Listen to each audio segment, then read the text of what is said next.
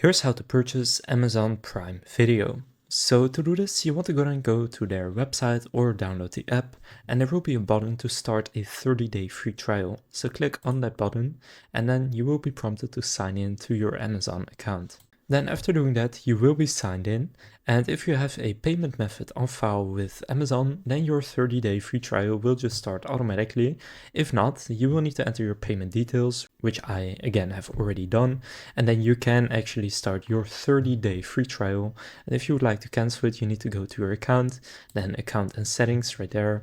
Then here you can see your subscriptions, and you will find it here, or you can go to your account, see your Prime membership, click on edit on Amazon, and from here, if you have it, again, you can cancel it through here.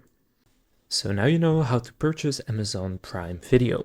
If this video was helpful, please consider leaving a like and subscribing to my channel. And with that being said, I will see you in the next video.